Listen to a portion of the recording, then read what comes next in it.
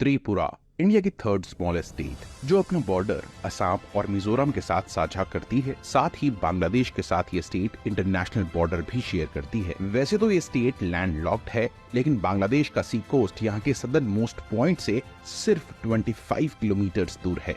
North east India के Purvanchal hills की extension आपको यहाँ देखने को मिलती है। Boromura hills, Atharamura hills, Longtharai hills, Shakhan hills और जम्पुई हिल्स, और इन हिल्स के बीच में फर्टाइल वैलीज। अगरतला त्रिपुरा की कैपिटल इन्हीं वैलीज में आपको देखने को मिलती है। सरप्राइजिंगली असम के बाद नॉर्थ ईस्ट में Tripura second most populous state है, और 1947 के पार्टीशन एंड 1971 की इंडो पाकिस्तान वॉर के बाद बंगालीज त्रिपुरा में लार्जेस्ट एथनिक ग्रुप हैं, और आज बंगाली यहाँ की मेजर लैंग्वेज। बंगाली के अलावा त्रिपुरी, चखमी और हिंदी यहाँ की मेजर लैंग्वेजेस हैं। तो दोस्तों, इस तरह से आप नेक्स्ट किस स्टेट के बारे में जानना चाहते हैं, कमेंट्स में हमें जरूर बताएं।